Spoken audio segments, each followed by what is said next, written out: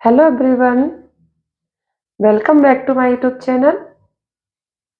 बच्चों, आज का टॉपिक है फ्यूचर परफेक्ट टेंस।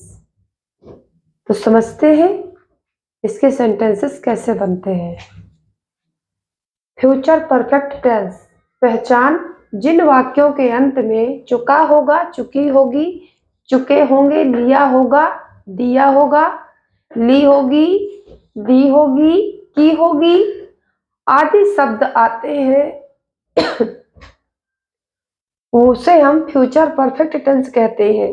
रूल है हमारा, सब्जेक्ट आएगा, विल हैव हेल्पिंग वर्ब है, वर्ब की थर्ड फॉर्म आएगी और ऑब्जेक्ट आएगा। विल हैव हेल्पिंग वर्ब जो है किस किस सब्जेक्ट में लगेगी बच्चों? वो हमारी I, we, you, they, he, she, name, the boy, the girls, the boys, ऐसे सारे सब्जेक्ट में यही हेल्पिंग वर्ब लगेगी। बनाते हैं सेंटेंस बच्चों। मैं पढ़ चुका हूंगा। सब्जेक्ट आया आई, सॉरी सब्जेक्ट है आई। देखिए पहले सब्जेक्ट आई, विल हैव और read, I will have read. हम खेल चुके होंगे, वी सब्जेक्ट है, विल हैव हेल्पिंग वर्ब है, प्लेड। तुम दौड़ चुके होगे, you will have run. Rohan ने फोन लिया होगा, Rohan will have taken the phone. Rahul ने पेन दिया होगा, Rahul will have given the pen. Right, यहां का देखते हैं बच्चों हम। रजनी ने साड़ी ली होगी, Rajni will have bought the sari. Vishal ने किताब दी होगी, Vishal will have given the book.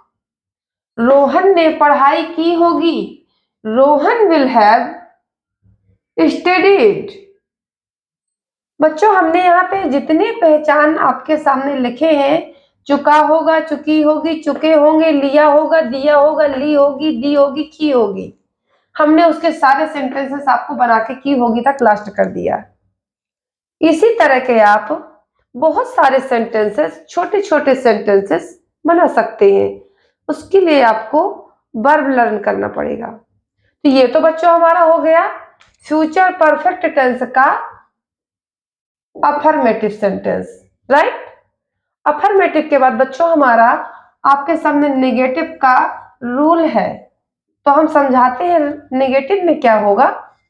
पहले सब्जेक्ट आएगा, सेम है देखो अफर्मेटिव का, फिर विल तो विल आएगा, हैव के बीच में नॉट आ जाएगा, ओनली नॉट, ये चीज हमारा बदल जाएगा, इस जगह हमारा नॉट आ जाएगा। ठीक है, और बाकी पूरा सेम है। राइट, तो हम इस सेंटेंस को निगेटिव बना के दिखाते हैं।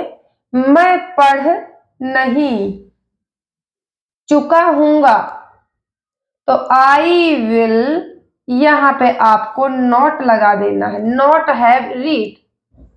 I will not have read.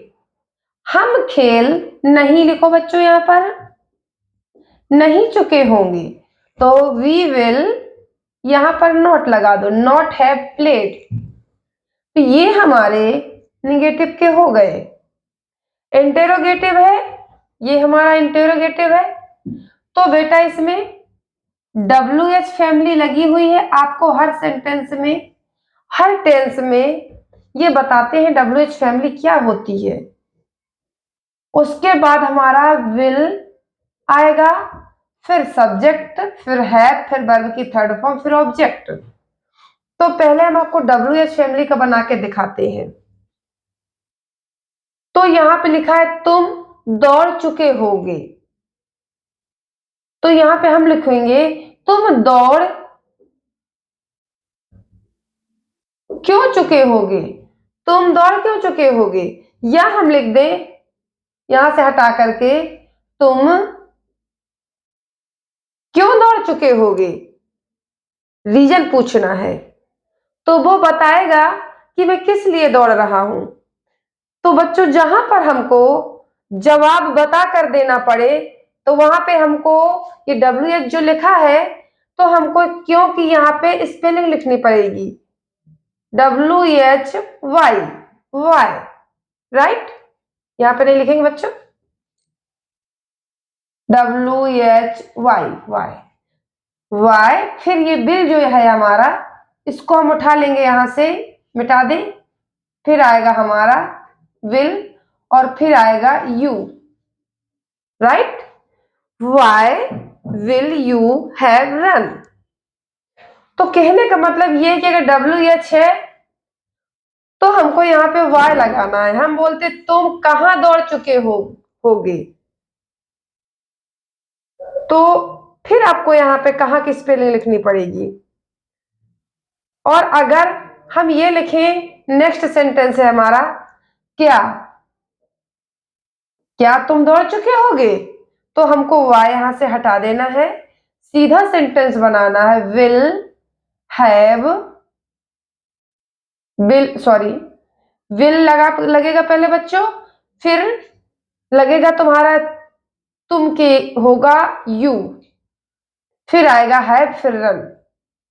देख लो, पहले विल आया, विल, फिर सब्जेक्ट यू, फिर हैव और फिर वर्ब की third form run.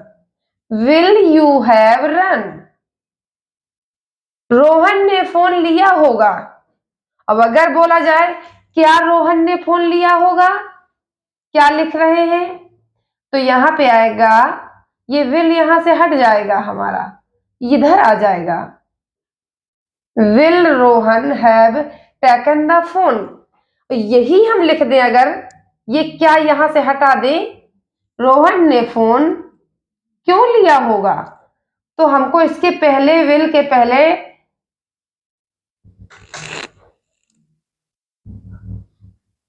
WHY, why will Rohan have taken the phone. कहने का मतलब है हमको, WH का मतलब कि क्यों, कहां, क्या, किसका, कैसे, ये जो वर्ड आते हैं हमको इनकी स्पेलिंग यहाँ मीनिंग लिखनी पड़ेगी, ठीक है।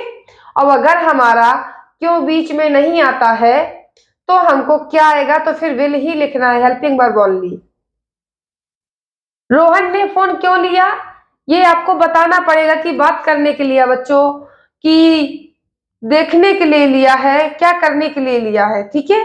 तो जिस क्वेश्चन का आंसर हम हाँ या ना में दे सकते हैं तो उसमें हमको ओनली हेल्पिंग वर्ब लगानी है। हमने बोला क्या रोहन ने फोन लिया होगा, will Rohan have taken the phone, क्योंकि हम इस क्वेश्चन का आंसर दे सकते हैं यस या नो, लेकिन इसमें हमने सेंटेंस में लिखा रोहन ने फोन क्यों लिया होगा, तो आपको एक्सप्लेन करना पड़ेगा, तो उसके लिए हमको क्योंकि यहाँ पे मीनिंग लिखनी पड़ेगी, राइट। तो आपका इंटरोगेटिव का कंप्लीट हो गया। अब हमारा आता है इंटेरोगेटिव और नेगेटिव, यानी इसको बोलते हैं डबल इंटेरोगेटिव, ठीक है। इसको बनाते हैं हम।